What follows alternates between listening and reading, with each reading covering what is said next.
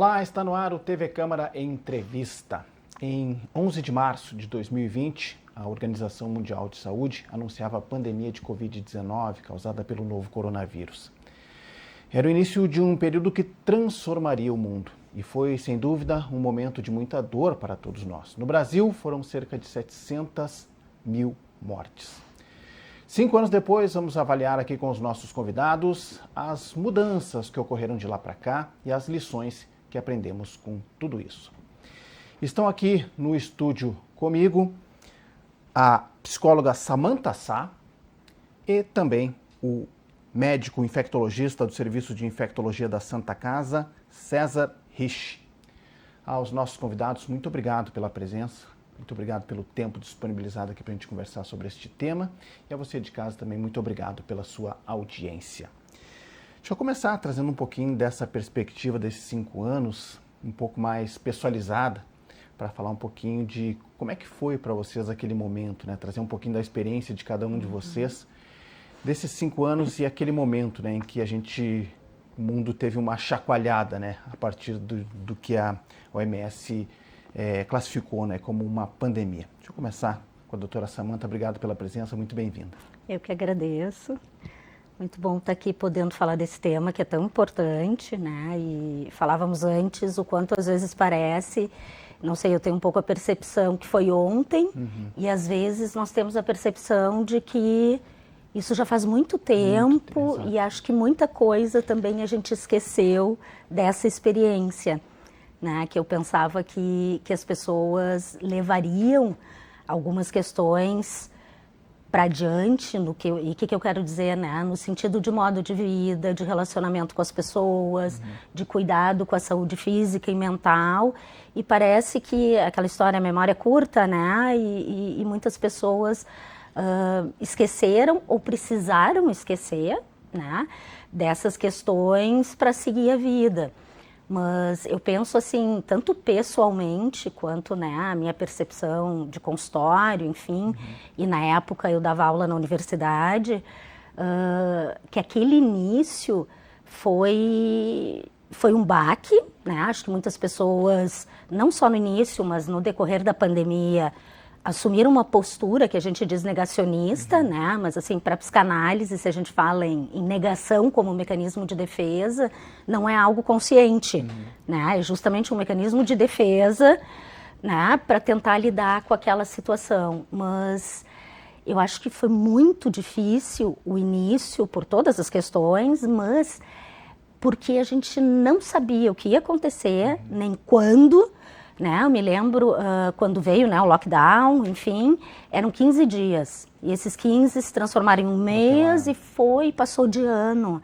Então, essa insegurança e toda essa mudança de rotina, e acho que temos muito para falar dos reflexos que temos até hoje, né, trouxeram muitos impactos, muitos negativos, mas eu acho que também temos algumas coisas positivas em termos de aprendizado. Né? A questão é que a gente não as esqueça.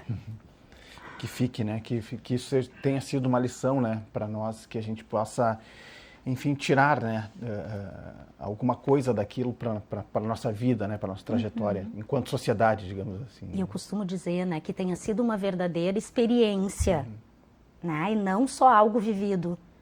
Porque quando eu acredito assim que as experiências, por mais difíceis que elas sejam, né, inclusive, vamos dizer assim, vivemos uma grande crise.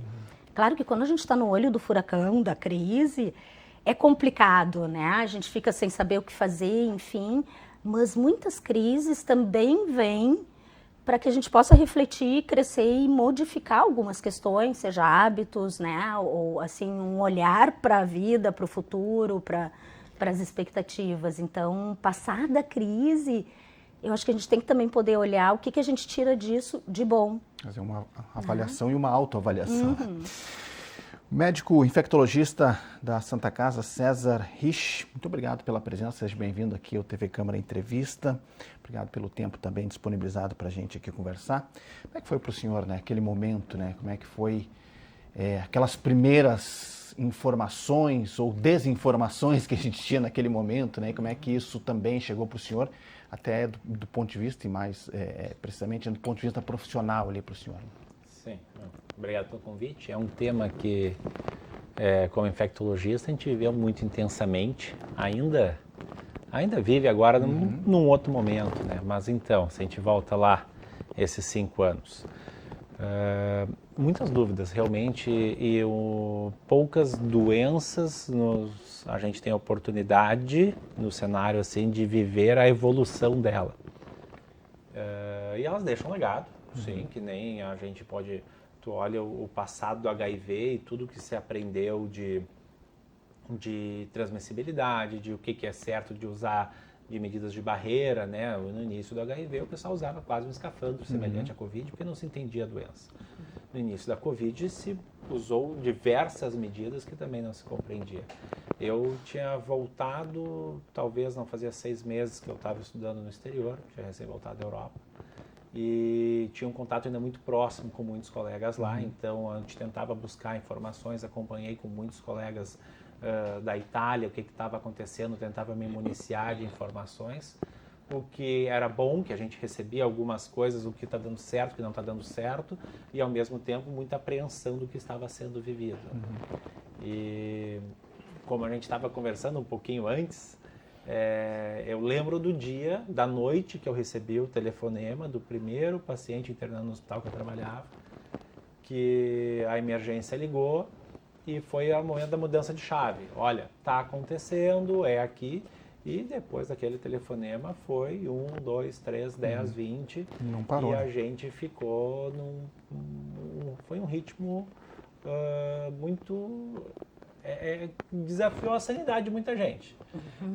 Eu e os colegas, eu lembro na época a gente chegou a trabalhar, não sei se foi 6, 7 meses sem ter um final de semana, sem ter um dia de folga.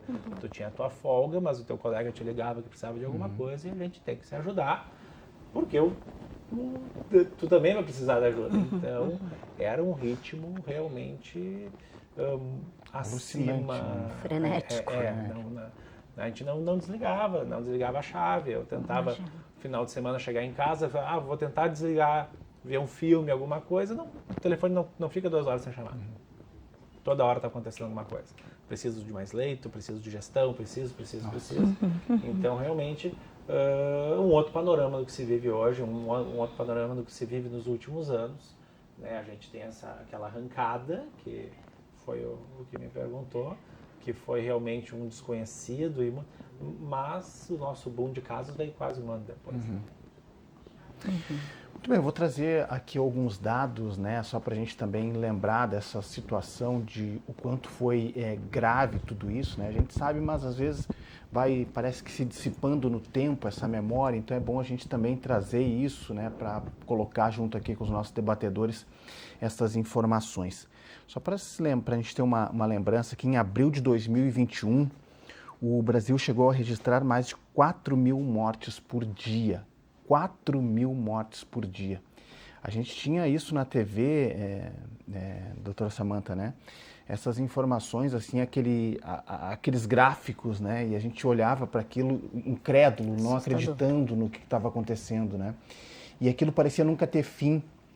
Como é que foi também, né, dessa parte de saúde mental para as pessoas, né? Primeiramente, de ter aquele monte de informação sem conseguir lidar com aquilo, confinados, né? E olhando para aquele quadro, assim, das mortes subindo e com aquele temor. O que vai acontecer de agora para frente? Aquela insegurança, né, da gente... Enquanto sociedade mesmo, né? Enquanto cada um, vizinhos, amigos, parentes, né? Foi muito complicado. Né? E quantas questões emocionais, né, envolvidas nisso, porque era o confinamento, o isolamento social, que não se podia ter, as pessoas numa mudança brusca, que não estávamos preparados, embora já houvesse toda a questão da tecnologia, né? Mas essa mudança do trabalho para o home office, todo mundo em casa, né? Não é troco de nada que, como reflexo da pandemia, se tem um aumento gigantesco no número de divórcios, principalmente em casais com crianças pequenas. Né? Então, tem reflexos nas crianças, enfim, mas existia toda essa apreensão, Quer dizer, medo. não tinha como sair ileso daquilo, né? Não tinha como. né? Eu digo assim, não teve quem não fosse afetado por conta de tudo isso, né? E ainda fico, e era uma coisa que eu dizia muito, porque as pessoas, claro, falavam em si, falavam da saúde mental e tal, mas eu sempre trazia a questão dos médicos. Quem está na linha de frente vive tudo que nós estamos vivendo, mais o risco aumentado do contágio, porque estão trabalhando diretamente com essas pessoas infectadas, contaminadas, e eles também têm família, e muitos ficaram sem ver as suas famílias pelo risco de poder contaminá-los. Então, foi um período enlouquecedor, de muita apreensão, de muito medo. Então, eu vejo assim, e diferentes reflexos, mas assim, crianças pequenas que nasceram na pandemia, né? Então, o que a gente vê? Os adultos nessa loucura toda, com muito medo, né? E o quanto, muitas vezes as pessoas não se dão conta, eu costumo dizer que as crianças são esponjinhas, né? Elas podem até não estar entendendo bem o que está acontecendo, mas elas absorvem o contexto. E era bem como tu está dizendo, né? Aquela enxurrada de informações e pessoas compulsivamente assistindo notícias, lendo coisas, e por óbvio vem as fake news, e aí as coisas se espalham. Então era uma situação de pânico, né? Então o estresse foi uma loucura nesse momento, né? E a gente pode pensar assim, porque a gente fala muito em estresse, né? O que é o estresse? Né? Como é que a gente pode compreender? Então, assim, uma situação de estresse, a gente pode pensar numa grande demanda de pressão externa, normalmente, não que não possa ser interna, mas normalmente são de eventos externos que obrigam, né, o nosso organismo, o nosso psiquismo a dar conta daquilo, né, para que haja um equilíbrio.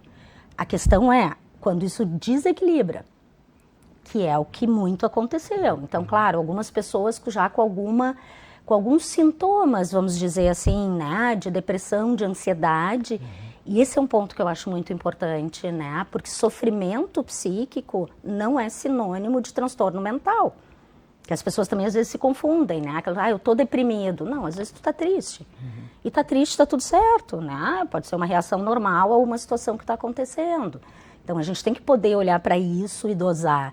Mas, se pessoas que já vinham com alguma questão, e aí temos, né, a chamada psicofobia, então como é difícil, né, ainda hoje, esse poderia ter sido um aprendizado, e acho que de fato houve, em alguma medida, de poder se olhar e reconhecer, eu preciso de ajuda, né, ou um familiar, um conhecido precisa de ajuda e eu vou então auxiliar, mas ainda muitas pessoas ou não buscam um profissional da área da saúde mental, um psicólogo, um psiquiatra, um psicanalista, ou não têm acesso. E esse é um outro grande problema de saúde pública. Os reflexos percebidos até hoje, né? Sem dúvida, né, doutor? Doutor César, por favor. A gente, entre os colegas, né, a gente via ali dois momentos, né? Aquele medo inicial, das primeiras unidades que iam abrir, os colegas que estavam tendo os treinamentos ainda, que a gente ia lá, treinava, explicava algumas rotinas que a gente já vinha se organizando. Então, como é que vai ser? E tinha alguns colegas mais ansiosos, outros menos ansiosos. Como é que eu vou me deparar com os primeiros casos, se eu vou levar isso para casa ou não? Esse foi um primeiro momento. Até que, beleza, aprendi a rotina, sei me paramentar, já entendi um pouquinho mais da doença, já sei o que vai ser o meu dia a dia com aqueles pacientes, mas isso não acabava. E aí a gente foi indo para o nosso outro lado, que era a fadiga, o estresse. Que daí, a gente tá, eu faço 12, eu faço 24, eu faço 36, ou então eu faço 12.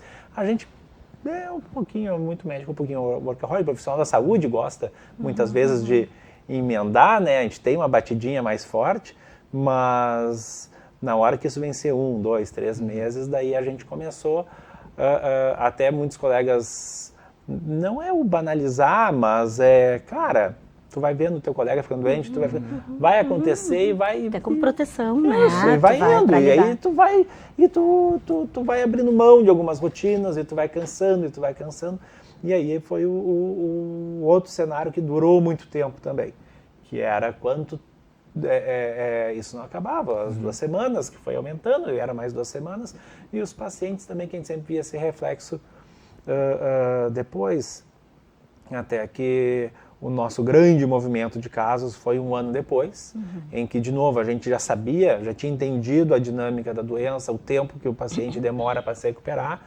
tu já conseguia conversar disso com a família, mas é desgastante, não tem profissional da saúde que não goste de lidar com pessoas. Eu falo para os alunos, se tu é profissional da saúde, tu tá na medicina, tu não gosta de pessoas, tá no curso errado, desculpa. E aí a gente passar as notícias por um tablet, por uma videochamada, tu lidar com o doente, com todo aquele monte de parafernália, todo aquele EPI para te proteger, é desgastante, é ruim também, tu afasta os laços, tu quebra, a gente não podia sentar, a gente tinha escala para fazer lanche, escala para descanso, tu não podia comer os colegas juntos para evitar que, se tivesse um contaminado, tu passar para toda uma equipe. Então, para garantir que se fosse ter afastamentos, iam ser... Então, tu também, a tua hora de descanso não era descanso, porque tu come rápido, sozinho, depois tu volta e teus colegas, então tu não tem aquele café, aquela troca que é importante no dia a dia, aquela troca de ideia, aquela conversa, ou para aliviar, ou para tu repensar uma ação tua, e a gente não tinha isso, era só a rotina. Para trazer um relato aqui, né, e possivelmente tenha acontecido com o senhor também, né, ali na linha de frente, tem um amigo, né, que trabalha na enfermagem, e nessa rotina alucinante, assim, não tinha percebido ainda o quanto era grave a situação, né? Porque estava tão envolvido naquilo, né? Naquilo no fazer e virar e dobrar no automático, até que em um momento entrou um amigo comum nosso na emergência e precisou entrar com respirador, ser entubado e tudo. E aí que daí bateu aquela coisa, poxa, o que está acontecendo? Os nossos pensamentos fantasiosos de início era isso. A gente sabe que ia ter óbito, tá tendo óbito em todo mundo, vai ter óbito aqui. Sabe que vai ter colega doente, tudo isso. Mas era, tomara que nós não tenhamos óbitos de colegas do hospital. E foi um primeiro fato que a gente já viu, não, isso não ocorreu quando teve o primeiro, e depois tu fica naquela torcida, tomara que não seja de nenhum conhecido, ou um amigo mais próximo, ou familiar, e são coisas que também foram ocorrendo. Então a gente tinha esses pensamentos, tomara que não, mas a proporção foi toda muito grande. Né? Tori, como é que é lidar com isso, né? Com esse luto, assim, que é um luto imposto e de uma forma frequente, massiva, né? Muitas pessoas indo embora, né? Como é que foi lidar, porque está sendo lidar com isso ainda, né? O tempo é muito curto, né? 5 anos, né? Sim. Como é que foi aquele momento, está sendo esse momento lidar com esse tipo de luto, né? Porque me parece um luto diferente também, né? Assim, todo mundo teve uma perda, né? Com certeza. E não foi só um luto pela perda de pessoas, né? Quanto a isso, muitas etapas, vamos dizer assim, importantes do processo de luto não puderam ser realizadas. Né? Naquele momento em que não podia ter velório, não podia ter despedida, isso, né? não ter o abraço dos familiares e dos amigos naquele momento. Então, são rituais necessários para que a gente enfrente esse processo, né? E o luto é natural e é saudável. Mas com isso, né, na perda, principalmente de pessoas, de familiares, amigos, a gente ainda vê reflexos, né, no que se chama de um luto prolongado, né, justamente por não ter podido viver esses momentos ou por ter tido sucessivas perdas, né? Tem famílias que perderam muitas pessoas, muitos amigos, mas houve outros lutos do trabalho, quantas pessoas não perderam emprego, relações que se desfizeram, né? Então, é uma coisa difusa, não é uma coisa única. E eu ainda, só fazendo um paralelo, mas eu costumo dizer assim, nós aqui no Rio Grande do Sul ainda somos duplamente sobreviventes, né? Aqueles que estão aqui com as enchentes que nós tivemos também no início do ano passado, né? Que também foram vários lutos. Pessoas, algumas que morreram, mas das suas casas, dos seus empregos, das suas coisas, das suas memórias afetivas, né? Não é só uma questão material, mas assim, pessoas que perderam a história da família que estava registrada, né? Perderam seus bichinhos de estimação, enfim. Então, eu acho que foram 2 baques muito importantes aqui no Sul e que contribuem também para essas questões na saúde mental. Até porque, claro, se fala muito hoje, com 5 anos, enfim, do aumento nas taxas, nos diagnósticos de ansiedade e depressão.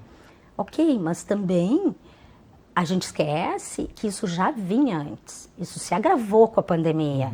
Mas, por exemplo, Porto Alegre é uma das capitais brasileiras com os maiores índices de suicídio. Isso já era. Né? Claro que agravou, mas eu acho que isso serve, porque que eu estou trazendo e não é para ter uma visão pessimista, mas eu acho que já agravou na pandemia e escancarou nas enchentes aqui para nós, que é a falta de políticas públicas quanto à saúde mental. Nas enchentes agora foi um desespero, né? E dentro do possível eu ajudei na questão da saúde mental, mas na busca por psicólogos que pudessem estar ali até para a questão dos primeiros socorros psicológicos, né? E isso se chamou psicólogos em geral. Mas aí também tem uma grande questão. Não é porque se formou em psicologia, em psiquiatria, enfim, que tu tem, e como tu dizias, até para a questão, né, do enfrentamento da Covid e dos pacientes no hospital, mas que tem o treinamento para atuar em situação de catástrofe, de desastre. Então, claro, muitas pessoas bem intencionadas, mas existe uma forma de trabalhar nesse primeiro momento. Então, não é porque eu trabalho no consultório que eu sei como abordar para que depois eu não venha ter outros reflexos por ter tido uma primeira intervenção errada ou equivocada. É um tipo de momento, né, de evento, né, traumático ali. Exato. Doutor, com a distância do tempo agora, né, até se pode olhar e ver algumas, ter uma noção melhor, né, do que foi o coronavírus naquele momento, né, como é que ele está hoje. Olhando para trás, assim, doutor, o que o senhor pode dizer, assim, em termos da disseminação dele naquele momento, né? Por que aconteceu, assim, de forma tão rápida, assim, né? E também, por que ele se refletia nas pessoas de formas diferentes, assim, né? Porque os organismos se comportavam de maneira diferente, assim, né? A gente teve pessoas que, inclusive, foram assintomáticas, né? E outras que, enfim, tiveram ali e não teve volta, né? Foram para o hospital e, infelizmente, não retornaram, né? Então, por que houve essa disseminação, né? E essa forma diferente desse vírus atuar? Né? A gente tem que olhar nesses 5 anos, era esperado algumas coisas. Das poucas certezas que a gente teve do início de tudo que estava acontecendo, que nem uma das certezas que a gente tem no momento agora, que é, pós uma pandemia, a gente ter uma endemia. O que é isso? E a gente sabia que depois desses picos, nós manteríamos uma circulação basal da Covid, do SARS-CoV-2, como ocorre com a influenza, como ocorre com outros vírus respiratórios. Depois de um pico epidêmico, depois a gente mantém sempre contágios e flutuações desses vírus. Então, esse momento epidemiológico foi uma das poucas certezas que nós tínhamos. O que a gente teve? A gente teve, então, em 20, aquele vírus inicial que tirava muito do olfato, tirava o paladar, era aquela síndrome gripal e aquela tosse com uma mialgia muito marcada, que usualmente no contato de algum agente novo numa população, o estrago é maior. Tá, vamos transformar isso numa maneira mais palatável. Sempre que a gente tem uma nova doença, um novo patógeno, em contato com uma população que não está habituada com isso, nós vemos casos mais graves. Zika. É um vírus totalmente diferente, uma transmissão totalmente diferente, dependente do mosquito, mas a gente viu aquele boom de nenês anencéfalos ou microcéfalos, quando o vírus entrou no Brasil, entrou na Colômbia, entrou nas Américas, que não eram vírus daqui. Nós não tínhamos essa circulação, não tínhamos anticorpos para isso, então a entrada de um novo agente normalmente causa mais casos Isso é o comportamento dessas doenças infecciosas. Sempre que tu bota um novo agente numa população, os primeiros relatos de sífilis da Europa contavam com mortalidade de 30%. A gente não vê sífilis com mortalidade de 30%. Mas o primeiro entrada de um agente numa população sempre causa. Então, esse primeiro ano, com aquele vírus muito agressivo, era esperado. Depois, a gente começa a ter... e aí a gente tem as doenças, sempre vai ter o caso mais brando até a manifestação mais grave. E aí, como é um vírus respiratório que a gente não produz anticorpos permanentes, esses títulos vão baixando, depois tu vai tendo os pacientes com a segunda infecção, ou uma terceira, uma quarta, uma quinta infecção, e ele vai se adaptando. Ele era uma zoonose, ele começou em animais, mutou e foi para humanos, fez aquele grande estrago, ele se adapta e se torna um vírus, de maneira geral, menos virulento, com menor capacidade de sintomas. Para quê? Exatamente para garantir a sua mais fácil transmissão. Então, a gente tem aqueles casos mais graves e mais marcados no primeiro ano, seguido de um 21 com o nosso pico de casos. Então, daí é um vírus já mais adaptado, que conseguia se multiplicar e se transmitir muito, que aí os nossos óbitos, sim, tiveram muito associados às nossas faltas hospitalares e às nossas lacunas de atendimento, diferente dos primeiros casos que também tinha uma dificuldade da gente entender a doença, mas a doença era um impacto pulmonar muito, muito importante. E depois, hoje, a gente ainda mantém, né, a gente tem reuniões mais importantes dentro da nossa epidemiologia do hospital. A gente fechou os dados ali de fevereiro, do referente ao ano passado, e a gente mantém sempre 3, 4 pacientes críticos com Covid durante o ano. Então, o Covid acabou? Não, a gente manteve valores estáveis o ano inteiro de 3, 4 pacientes críticos adultos durante o ano no nosso hospital. Então, daí no caso não na Santa Casa, mas no meu outro hospital, no Mãe de Deus. Então, assim, a gente mantém, só que é um outro perfil, agora muito mais endêmico, com valores muito menores de infecção. Mas isso é um comportamento razoavelmente esperado. Um grande impacto, depois ele mantém seu pico de transmissão, e a partir daí agora a gente vai lidar com a Covid como um vírus, como a gente lida com a influenza, como a gente lida com o parainfluenza e outros agentes respiratórios. Mas daí de uma infecção menos potente em função da vacinação, doutor? Por fatores próprios do vírus, que ele vai se mutando, vai se adaptando diferente, então ele também vai mudando por isso que as vacinas têm que mudar, porque o vírus também vai mudando. Pela população vacinada, pela população imune, que tu junta o contato prévio com os vacinados. Né? E aí era a deturpação que se usava naquela época, dizia da imunidade de rebanho. Imunidade de rebanho nunca, como conceito nosso, sobre nunca foi expor pessoas para se contaminar e se imunizar. Isso não é imunidade de rebanho. Imunidade de rebanho sempre foi imunizando uma população, principalmente com vacina, mas também pela transmissão, mas principalmente com vacinas, tu proteger aqueles que não foram imunizados. Esse era o conceito certo, que a gente não... que foi muito deturpado. Vamos infectar todos para... Não, isso a gente fazia na herpes zoster, na varicela, há 30 anos atrás. E hoje a gente tem um monte de gente que ainda pode ter o zoster e outras doenças que não precisaria, porque temos vacina. Então, essa deturpação do conceito de imunidade de rebanho, que foi muito utilizado na época, né, eu pegava muito pé dos alunos, eu dava um artigo para eles dizerem, vamos ler, vamos entender o conceito, não é o que está sendo feito. Eu ia lhe perguntar sobre isso. Deixa eu fazer uma pergunta, porque em 2009 nós tivemos H1N1. E por que não tomou a dimensão do Covid?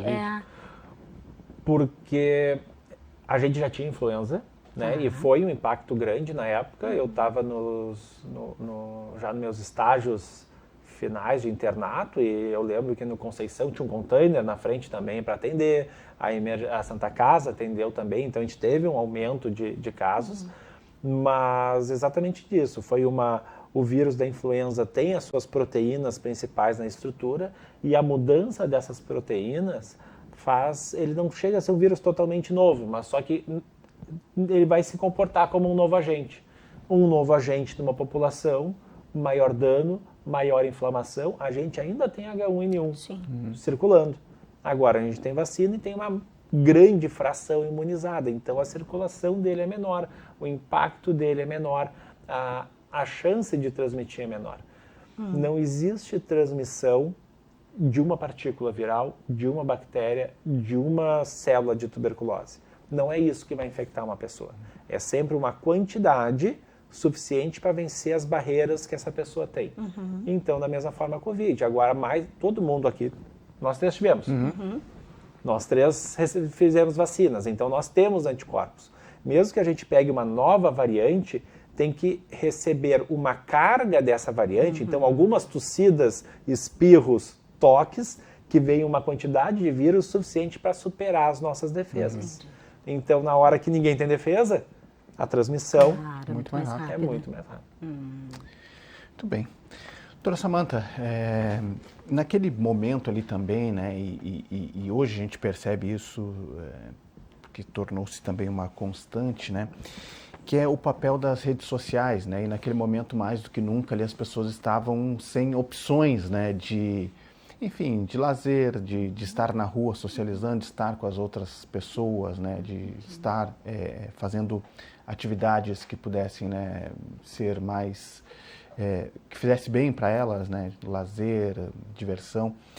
E as pessoas ficaram muito confinadas naquele momento, olhando para essas redes sociais, né, para muita coisa, como que nem o doutor falou agora, né, citou essa deturpação dessas informações, muitas informações contraditórias, muitas colocadas até de forma irresponsável, né, digamos assim.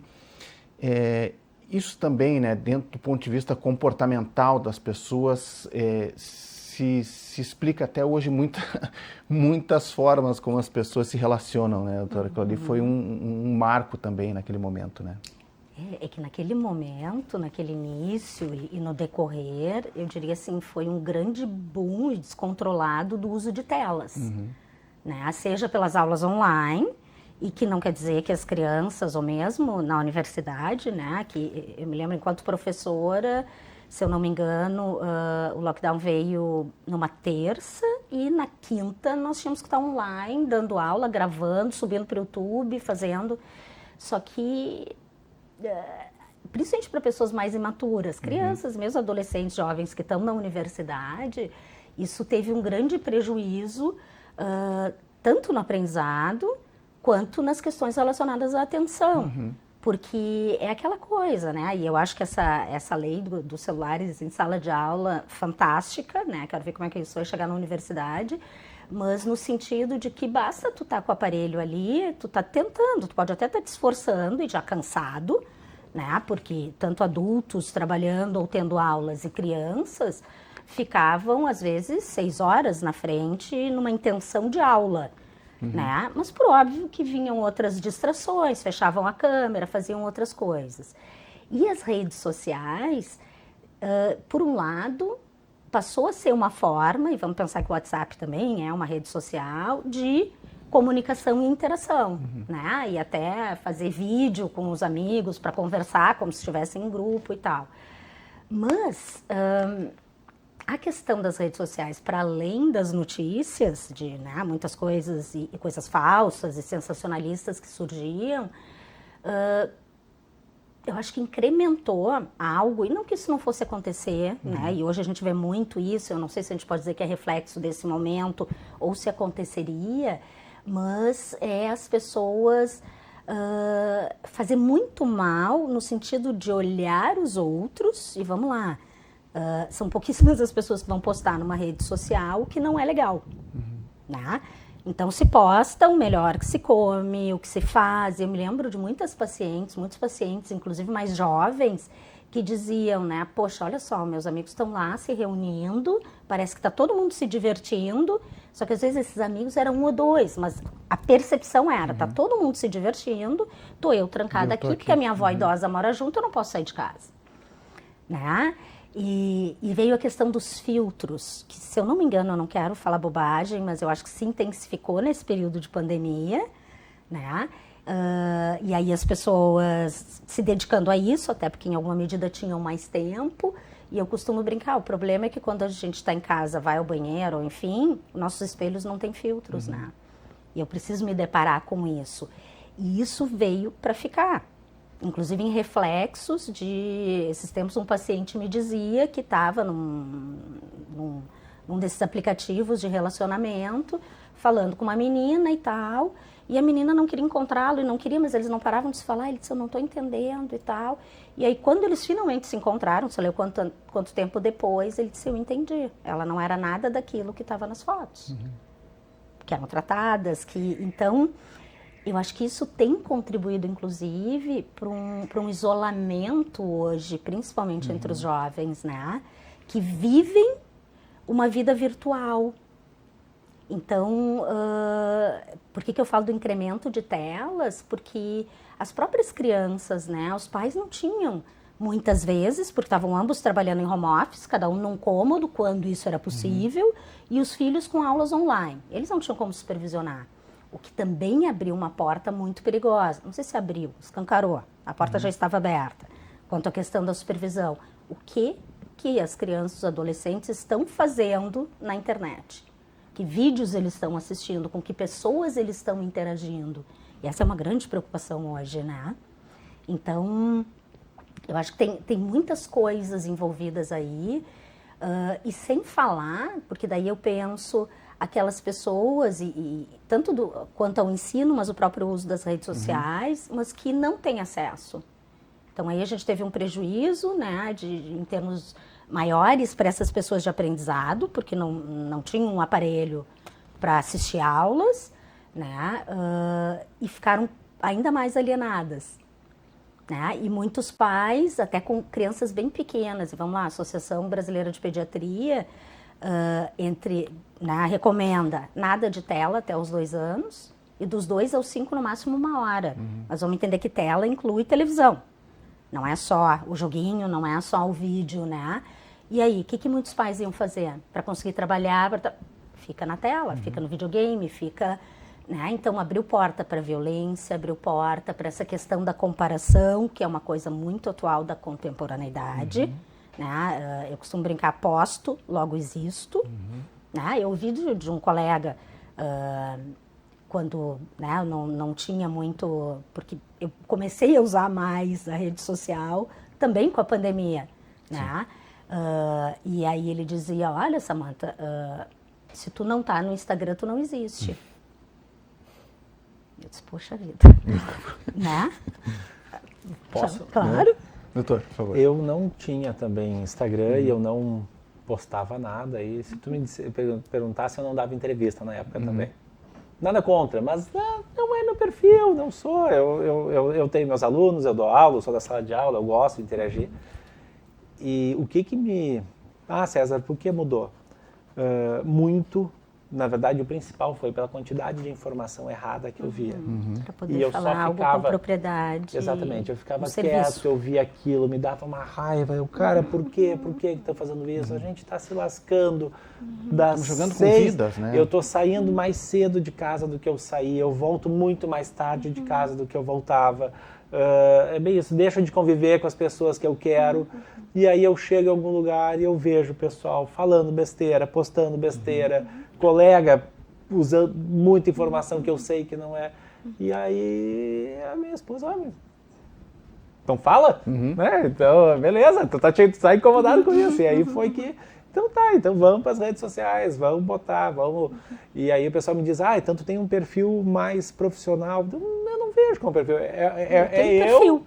eu tenho perfil, que é o César, só que eu tento botar coisas mais informativas, mais aquilo e que eu mantenho até hoje, tentando muito mais passar uma informação. Cara, o que tem de vacina? E o pessoal, não, porque a vacina faz assim, faz assado, ou ninguém entende como é que uma vacina de... Saiu cada pérola, né?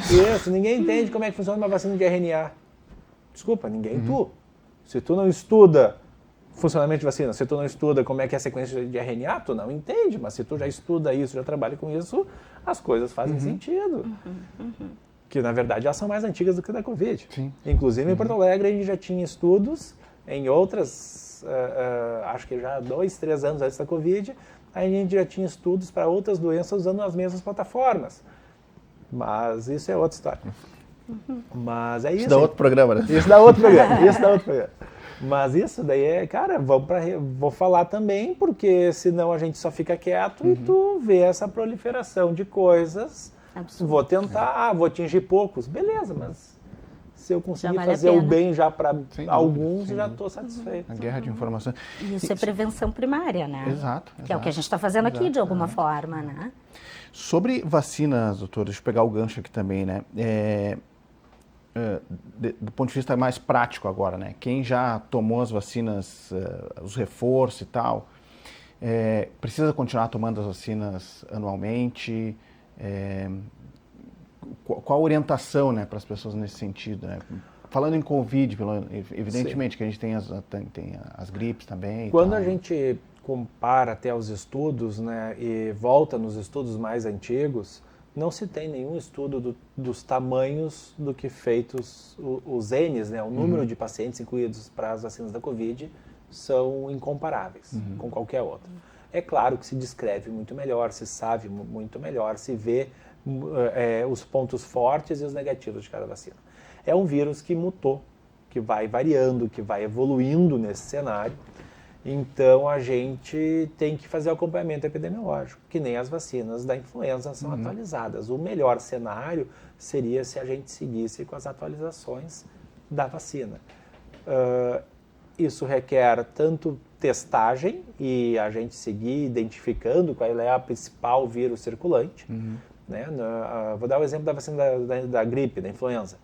A vacina do SUS cobre os 3 principais tipos circulantes, né, entre influenza A e influenza B, e as vacinas privadas cobrem os 4 principais vírus circulantes, usualmente do hemisfério norte, porque é eles que fazem as pesquisas, eles que desenvolvem as vacinas, mas elas são bem parecidas às circulações dos anos, então a vacina vai sendo atualizada. A mesma coisa, a mesma estratégia poderia ser feita para essa. A maioria desses vírus respiratórios a gente não sustenta títulos de anticorpo permanentemente a longo prazo. Isso é lógico, isso é saudável. Se a gente fosse produzir todos os anticorpos, pensando que anticorpos são proteínas, para todos os agentes que a gente já teve contato até hoje, nosso sangue ia ser uma papinha, porque a gente tem que produzir proteína de tudo que a gente teve contato até hoje, ia ser uma confusão no sistema imunológico. Então, conforme o tempo vai passando, naturalmente esses títulos têm que baixar. E a gente guarda em células de memória para produzir de novo. Como tem variações, a ideia das vacinas, que nem a da influenza, vai ser normalmente por abril. Por que abril? Porque entre 2 a 3 semanas tu tem títulos de anticorpos pós-vacina para o inverno, que vão durar alguns meses e vão baixando de novo.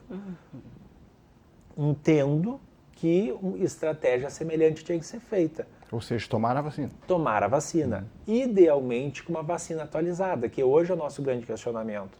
Dentro das reuniões da Sociedade de Gaúcha de Infecto, do que a gente já se reuniu junto do pessoal da epidemiologia, da Sociedade de Pneumo, que seria a grande dúvida que a gente diz a frequência de vacinas é pela questão muito mais de atualização vacinal, que isso requer investimento.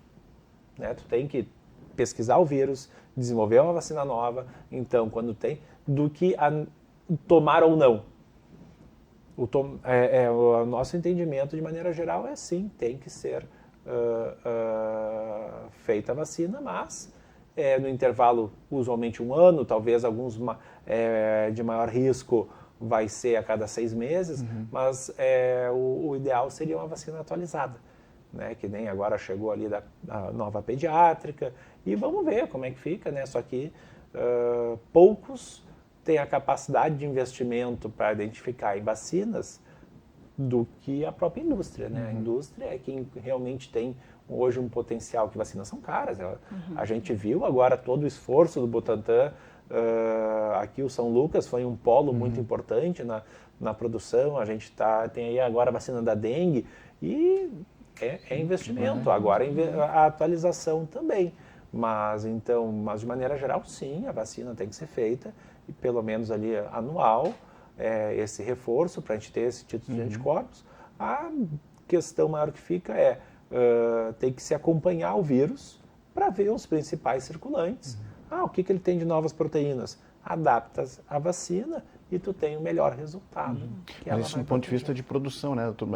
Digo para quem está nos acompanhando, está na dúvida, será que eu tomo anualmente uma vacina para proteção da Covid? Toda essa análise de risco-benefício vai depender da nossa curva epidemiológica. O que eu quero dizer? Agora, vai entrando antes da definição do inverno, que nem a gente dentro do hospital avaliou nossos dados, o Ministério da Saúde faz a mesma coisa. E a gente vê quantos a gente tem, e aí se avalia o risco-benefício, porque a gente já tem medicação também.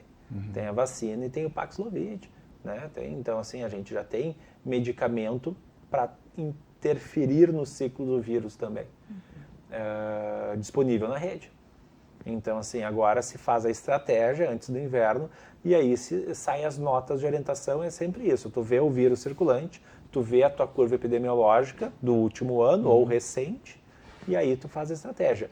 Acredito que vai ser orientado o novo reforço, né? Vai ser do que a gente vê de dado mais local, mas é que eu, César, vejo a minha micro-realidade dos dois hospitais onde eu atuo e que daí a gente fica com essa impressão. Mas, claro, a gente se reúne na sociedade, tu já vai aproximando os dados entre os colegas, mas os nossos órgãos de vigilância municipal, vigilância estadual e, de maneira geral, a Anvisa, na esfera maior que compila todos esses, eles desenham a nossa curva epidemiológica e todos os testes diagnósticos que a gente faz, tanto na rede privada quanto na rede pública, uma pequena alíquota vai para o LACEN. Exatamente para mapear qual é o vírus que está circulando. E aí eles conseguem dizer, o vírus principal é X, está contemplado ou não está contemplado. E isso faz a campanha em cima desses dados. Então, tudo isso é acompanhado permanentemente, as pessoas podem ter certeza disso, é acompanhado permanentemente.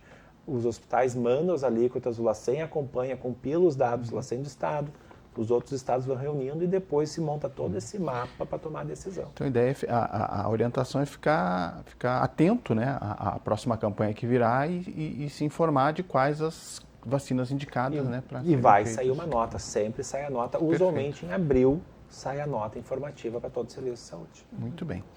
Doutora, a gente está também chegando no final do programa, que passa muito rápido, né? A gente teria ainda muitas questões para se tratar, né? Mas faço uma pergunta para a senhora também de forma mais global e talvez seja a pergunta de $1 milhão, né? Porque daqui a pouco isso é difícil de mensurar, sem dúvida nenhuma, né? Mas do ponto de vista da experiência da senhora e dos acolhimentos que a senhora certamente fez, né? Do ponto de vista profissional, o que ficou, né, da pandemia em termos de comportamento social, assim, das pessoas? Porque a gente teve num primeiro momento ali muita solidariedade, né, das pessoas, né, de quem podia sair de casa levando o seu alimento indo no supermercado para pessoas mais idosas e tal. A gente saiu melhor da pandemia ou isso logo se perdeu depois e agora a gente retomou um pouco disso também, né? Esses eventos traumáticos, assim, parece que às vezes tem uma quebra, né, no comportamento social das pessoas. Né? Eu acho que isso teve, sim, uma melhora ali, né, logo depois da pandemia e aqui no Sul, como dizíamos, né, acho que isso se reacendeu com as enchentes, mas eu acho que a gente não pode deixar de levar em consideração que o momento atual é de muito individualismo. Né? As pessoas estão muito preocupadas e ocupadas consigo mesmas. E esse é um dos pontos que a minha fantasia, né, queria acreditar que pós-pandemia as pessoas ficassem mais sensíveis aos outros. Né? Mas eu acho que isso ainda tem que ser muito desenvolvido. Eu acho que é um momento, e que já era anterior à pandemia, mas assim, de nós sermos multitarefas, estarmos sempre correndo e e querer fazer muitas coisas e querer mostrar muito o que a gente faz, né? Eu acho que aí entra o advento das redes sociais, mas pouco genuinamente se olha para o outro. Né? Claro que tem pessoas que trabalham com voluntariado, que estão atentas, enfim, mas eu acho que vai ter que haver uma grande mudança aí, né? Não sei bem como, é isso, né? Eu acho que tu fala muito bem, é a pergunta de $1 milhão, né? Como? Porque a base disso está em casa, né? Mas hoje também a gente vê, então vamos pensar adultos multitarefas e crianças também, porque é uma forma de também ocupar as crianças, os adolescentes, enquanto os pais não podem estar em casa. Aqueles que têm melhores condições financeiras, muitas vezes tentam suprir com coisas materiais o que falta do lado afetivo. Então, eu acho que isso está uma bola de neve, né? Numa cultura de muita competitividade, né? Que eu tenho muito que fazer, e eu não sei quem eu sou. Então, né, eu costumo dizer, é o fazer em detrimento do ser. Então, muitas pessoas estão orientadas para o que esperam de mim e eu tenho que cumprir com isso, só que tem um viés aí, né? É o que eu acho que as pessoas esperam de mim. Então, isso está enlouquecedor. Eu acho que hoje eu atendo muito questões relacionadas ao que a gente chama assim, das patologias do vazio. Né? A pessoa sente uma angústia, sente algo, mas talvez ela seja muito bem sucedida, ela estuda, vai bem, e ela não consegue entender o que falta. E é esse o que falta que a gente precisa olhar. Outra pergunta de $1 milhão aqui para o doutor, agora para a gente encerrar também. Passado o Covid, né, e toda a experiência que a gente teve do ponto de vista de pessoal, né, de pessoas, de mobilização, de infraestrutura, né? Vamos bater na madeira aqui, deixa eu achar uma madeira que vai gente bater. A gente está pronto, doutor, para uma outra situação dessa? A gente conseguiu ter um plano de emergência para uma outra situação, não quero nem que seja parecida, né, mas hipoteticamente falando aqui, né, a gente está pronto para isso do ponto de vista médico, tecnológico, material? O que ficou, né, desse... Eu sou um pouquinho mais pessimista. Não, eu acho que algumas coisas conseguiu se evoluir, desenvolver, e relação, contato, troca de dados a gente consegue. Isso é um legado benéfico. Acho que a compreensão da importância diagnóstica é um legado benéfico, tanto para a população quanto para os profissionais de saúde. A importância, é um vírus respiratório, é uma virose, tu tem que saber qual é. Isso define a tua conduta. É influenza, é Covid, é um para-influenza, é micoplasma. Isso define, então, assim, a compreensão das pessoas que tem que fazer um teste, tanto para os profissionais tem que solicitar esse teste, as pessoas, isso vai ter um custo, paciência, mas isso vai definir uma conduta. Então, acho que isso é um legado positivo da Covid. Se a gente está preparado, é difícil, a natureza tem uma capacidade muito grande, né? Como foi dito aí, a enchente, ou daqui a pouco a gente pode ter alguma outra intervenção, a gente discute aí as mudanças em relação à temperatura global, o que vai mudar até onde a faixa que os mosquitos costumam ir, outras doenças emergentes. Então, a natureza tem uma capacidade muito grande de tentar nos vencer. Então, é difícil pensar que a gente estaria, está tudo pronto, a gente consegue. Até porque algo nessa escala, a gente várias vezes se degladiou contra a falta de insumos.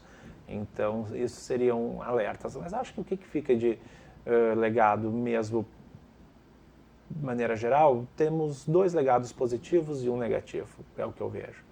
A testagem é um legado positivo, querer o diagnóstico é um legado positivo.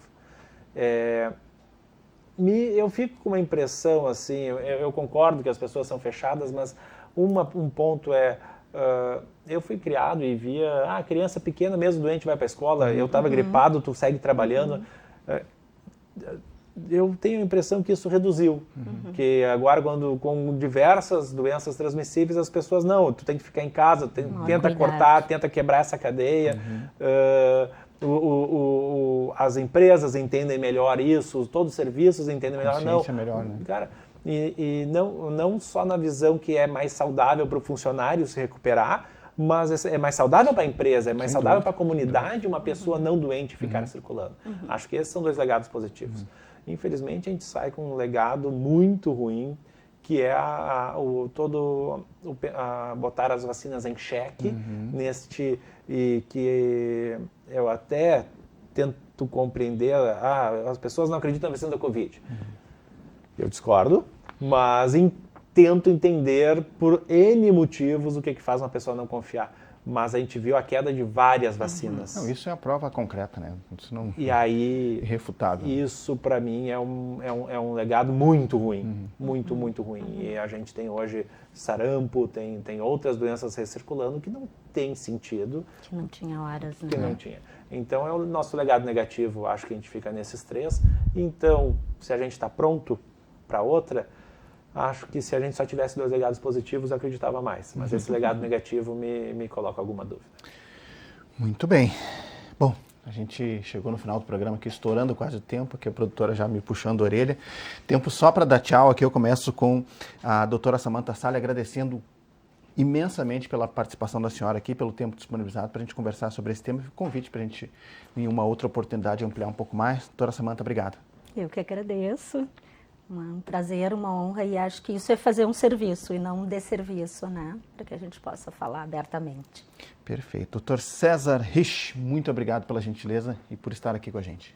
Muito obrigado, eu que agradeço o convite e quando a gente puder trocar uma outra ideia, por favor.